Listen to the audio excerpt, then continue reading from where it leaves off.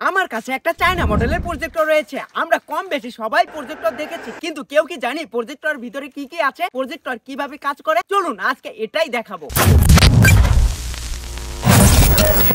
এটা হলো একটা চাইনিজ প্রজেক্টর। এটাই আজকে খুলবো এবং দেখবো এটার ভিতরে কি কি আছে, এটা কি কি সিস্টেমে কাজ করে। তার আগে দেখে নেই এটার পোর্টস আর বাটনগুলো। এইখানে এটার কন্ট্রোলিং বাটনগুলো দেয়া আছে, কারেন্টের কানেকশন দেওয়ার জন্য এইখানে এই পোর্টটি দেয়া আছে, আর পিছনে দেয়া আছে dish antenna line, VGA line, এই পাশে আছে USB line, AV line, headphone line, আর এগুলো হচ্ছে এইচডিএমআই কেবলের সকেট। আর এই প্রজেক্টরের বিশেষত্ব হচ্ছে এটা ওয়াইফাই দিয়ে স্ক্রিন মিররিং করা যায়। চলুন এটাই খুলে দেখবো পার্ট বাই পার্ট এটা কি সিস্টেমে কাজ করে। প্রথমেই প্রজেক্টরের পিছনে থাকা সবগুলো স্ক্রু খুলে ফেলবো। এটা করার জন্য আমার এই রকম কিছু টুলস এর প্রয়োজন হবে। এটা দিয়ে এখন আমি স্ক্রুগুলো খুলবো। এই রকম কিছু স্ক্রু লাগানো ছিল, প্রজেক্টরের সব স্ক্রু আমি খুলে ফেলছি। এখন এটা ওপেন করা যাক।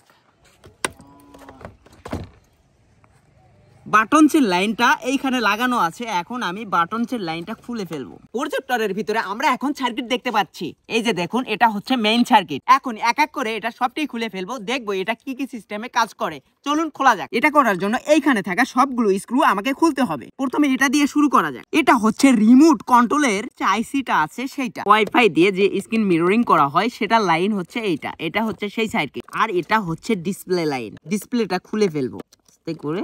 এই যে এটা হচ্ছে ডিসপ্লে লাইট। মেইন সার্কিটটি খোলা যাক।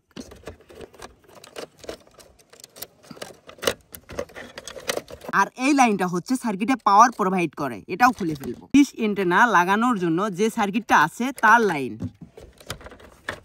সবগুলো পোর্ট এক এক করে খুলে ফেলবো। এটা হলো প্রজেক্টরের মেইন সার্কিট, যেটা দিয়ে প্রজেক্টর কন্ট্রোল করা হয়। এখন এটা সাইডে রেখে দেওয়া যাক। তারপর দেখবো এর ভিতরে আরো কি কি জিনিস আছে। আর এইখানে থাকা সবগুলো স্ক্রু খুলে ফেলবো। এখানে থাকা সব স্ক্রু খুলে ফেলছি। এখন এটা ওপেন করা যাক। যদি এটা ওপেন করি তাহলে এই রকম কিছু দেখতে পারবো। এইখানে একটা গ্লাস দেয়া আছে, আর এইখানে লাগানো আছে একটা ডিসপ্লে। এই ডিসপ্লেতে ভিডিও দেখানো হয়, সেটা লাইটের মাধ্যমে গ্লাসে রিফ্লেক্ট হয়ে লেন্স দিয়ে বের হয়ে পর্দায় গিয়ে পড়ে। এটা এখন সাইডে রেখে দিব। আর একটা গ্লাস দেয়া আছে, এটা জানি না কি কাজ করে। প্রজেক্টরের এই পাশে রয়েছে পাওয়ার সাপ্লাইয়ের যে হচ্ছে মেইন সার্কিটটা, ওইটা। এইখানে আছে প্রজেক্টরকে ঠান্ডা করার জন্য কুলিং ফ্যান। কারণ এই প্রজেক্টরটি অনেক হিট হয়, লাইটের এত তীব্রতা, সেজন্য এটি অনেক হিট হয়ে থাকে। এই রকম ফ্যান লাগানো আছে এটাকে ঠান্ডা করার জন্য। এটা উঠাবো, দেখি এর ভিতরে কি কি আছে, কি সিস্টেমে লাইট দেয়া আছে। ও, লাইট তো খুলে খুলে পড়ে। দেখুন গাইস, এটা হচ্ছে মেইন লাইট। কত বড় দেখুন, কত সুন্দর করে কুলিং সিস্টেমটা দেয়া আছে। দেখুন, এটা দেখুন কত সুন্দর না?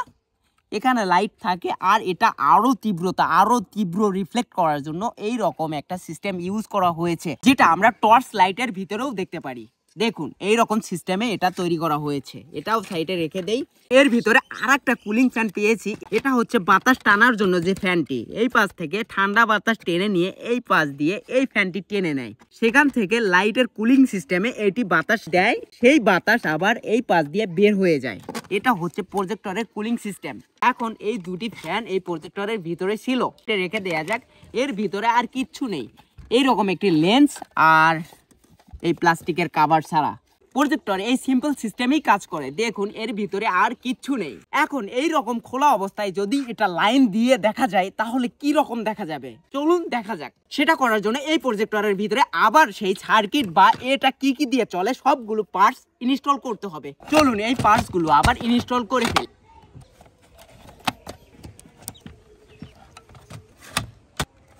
গাইস এইরকম হালকা সিস্টেমে আমি লাগিয়ে ফেলছি সবগুলো। দেখুন অবস্থা, এটা যদি ওপর করি সবগুলো ঝরঝর করে পড়ে যাবে। সেজন্য এটি এখন রুমে নিয়ে গিয়ে দেখবো লাইন দিয়ে এর ভিতরে কি সিস্টেমে এটি কাজ করে। চলুন রুমে গিয়ে লাইন দেওয়া যাক। গাইস প্রজেক্টরে লাইন দিয়ে ফেলছি। এখন রিমোটে চাপ দিতেই দেখতে পারবো ধামাকা। অন বাটনে চাপ দেই,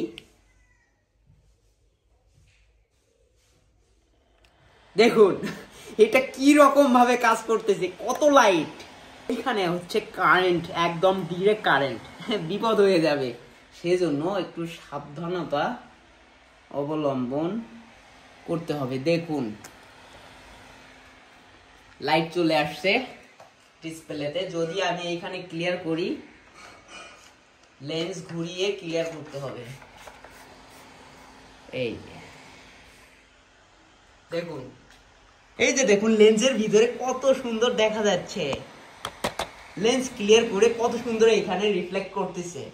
প্রজেক্টরের প্রথম ফ্যানটি ঠান্ডা বাতাস টেনে নিয়ে এই পাশ দিয়ে ডিসপ্লের ভিতর দিয়ে বাতাস চলে গিয়ে সেকেন্ড ফ্যানে এসে এটা লাইটের হিটসিনের ভিতর দিয়ে পাস করে দিচ্ছে। এই পাশ দিয়ে অনেক গরম বাতাস বের হচ্ছে। সার্কিট আর এইখানে কি পরিমাণ লাইট দেখুন, ডিসপ্লেতে ভিডিও দেখা যাচ্ছে, এটা হচ্ছে ডিসপ্লে, প্রজেক্টরের ডিসপ্লে। এইখানে অতিরিক্ত লাইট এই ডিসপ্লের উপরে পড়তেছে, সেই লাইট আবার রিফ্লেক্ট হয়ে এই গ্লাসে দেখুন, এই গ্লাস, এই পাশের এই গ্লাসে রিফ্লেক্ট হয়ে আবার সেটা লেন্স দিয়ে বের হয়ে যাচ্ছে।